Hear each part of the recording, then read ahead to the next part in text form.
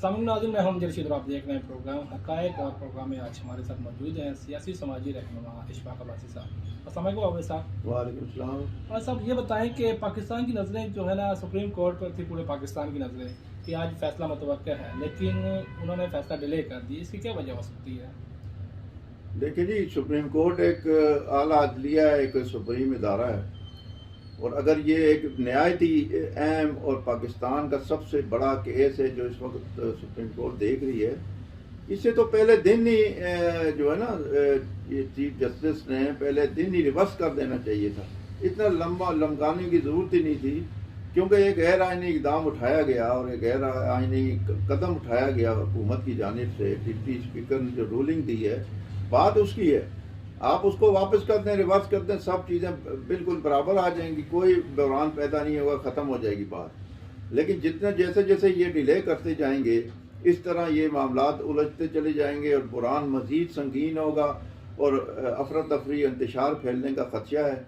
लिहाजा supreme court के मौजूदीन जजेस जो हैं, उन्हें चाहिए कि ये फ़ैसला जल्द से जल्द दें, इसको लमकाने के बजाय जल्द से जल्द पहला स्टेप तो इन्हें उठाना चाहिए ना, रिवर्स करना चाहिए इस हुक्म को। अपोजिशन क्या सोच रही थी कि क्या क्या फैसला होना चाहिए था, लेकिन अभी आप देख सकते हैं कि सुप्रीम कोर्ट ने फैसला डिले कर दिया, तो अपोजिशन तो क्या सोच रही थी, ये बताएं ज़रा। लेकिन अपोजिशन के अलावा पूरे अवाम की नज़रें जो हैं वो सुप्रीम कोर्ट पर लगी हुई हैं कि वो परसों चाह रही थी कि कल ही फैसला हो जाता, कल फैसला हो जाता, आज हो जाता, लेकिन आज भी नहीं हुआ। अभी वो अगले नेक्स्ट डे चला गया। तो अवाम और अपोजिशन समेत तमाम लोगों की नज़रें सुप्रीम कोर्ट पर पड़ी हुई हैं और वो देख रही हैं इस वक्त। अच्छा, ये बताएं आईनी कि बुरहान है। ये बताएं कि जो वज़ीर आज़म से असम्बलियाँ तोड़ सकता है, क्या वो दोबारा सीट उसी सीट पर रह सकता है? क्या ये आइन के हिसाब से ठीक है? ये जी मेरी 32 साल एक सियासी हवाले से मेरे इनसे रही है। ये 32 साल में मैंने नहीं देखा कि कोई वज़ीर आज़म खुद से असम्बलियाँ तोड़े, काबीना तोड़े, डिज़ोल्व करे, उसके बाद वो खुद फिर दोबारा वज़ीर आज़म बन गया। ये काम तो मतलब मज़ायका खैर है, ये तो आइन के साथ जो है ना खेलने के मुतरादिफ है। इस तरह नहीं होता। जो हमारे खान साहब हैं वो तो बड़ी बड़ी मिसालें दिया करते थे, जी वो यूरोप में इंसाफ है, अमेरिका में ये होता है, यूरोप में इस तरह होता है, और ख़ुद वो तमाम चीज़ें रोनते चले जा रहे हैं। इनको तो अगर वो बनाते भी तो ये ना बनते, ये कहते भाई मैं नहीं बनता, जिसको मर्जी बना ले, मैंने इलेक्शन में जाना है और मैं फेयर इलेक्शन चाहता हूँ। लेकिन वो खुद बन के बैठ गए, रोज़ आज टीवी पे आ जाते हैं, वो सरकारी वसाइल, सरकारी मशीनरी इस्तेमाल कर रहे हैं। ये कौन सा इंसाफ है, ये कौन सा कानून है कि वही वज़ीर आज़म वही दोबारा आके और वो बैठा हो और आवाम से बातें कर रहा है, सरकारी ज़राए इस्तेमाल कर रहा है। ये बहुत ही पाकिस्तान में एक नई रवायत कायम की जा रही है जो वो बड़ी ख़तरनाक है। आपको क्या लगता है कि जो है इलेक्शन होंगे या सुप्रीम कोर्ट अपना फैसला वापस लेगी? जी, सुप्रीम कोर्ट को अगर ये डिले करते चले जाएंगे फिर तो रिवर्स हो नहीं सकता।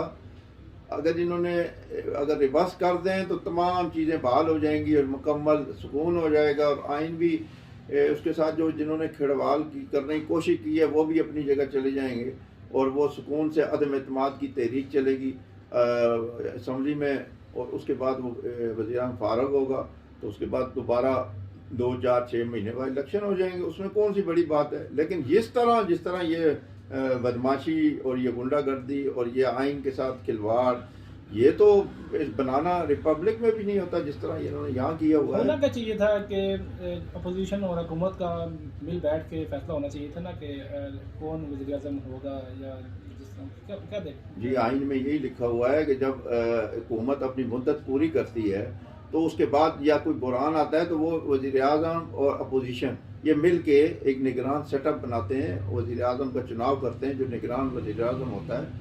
अब जब आप बताएं ना कि इस वक्त ना वज़ीर आज़म है ना अपोजिशन लीडर है, तो वो किससे मुशावरत कर रहे हैं? वो लिखा है ख़त सदर साहब ने, अब अपोजिशन लीडर जो है साबका हो चुके हैं अभी तो, शहबाज शरीफ को, कि भाई आप हमें 2 नाम दे। भाई वो किस हैसियत में दे, वो अपोजिशन लीडर है ही नहीं, वो तो असम्बलियाँ डिसॉल्व हो चुकी हैं, वो किस हैसियत से आपको देंगे नाम ये तो आपने सारा आईनी बुरान पैदा किया है ना, तो वो किस तरह देंगे, कौन से आइन के तहत देंगे दो अब नाम? मतलब है कि ये असम्बलियाँ तोड़ने से पहले ना सोचना जी चाहिए। बिल्कुल, ये बिल्कुल ये पहले होना होता है, लेकिन अब जब इन्होंने सब कुछ लपेट दिया गया है, फिर उसी से मांग रहे हैं दो नाम दे दें।